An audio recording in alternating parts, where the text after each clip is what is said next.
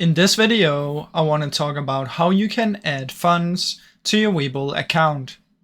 Now this is really easy, guys. What you want to do is just download the app real quick, since it's much easier to do from in there. Once you have the app, open it and click on the Webull logo, select transfers and select deposit. In there you just want to select the currency, add your bank account or select your bank account if you already added it, and then you just want to type in how much you want to deposit. After this, click on confirm and you have now started the deposit process, and you would usually get the money instantly unless you're doing a bank transfer. Then it can take I believe a few business days, but you're gonna get some Webull money that you can use until your money has been transferred. So you're also gonna get it technically instantly.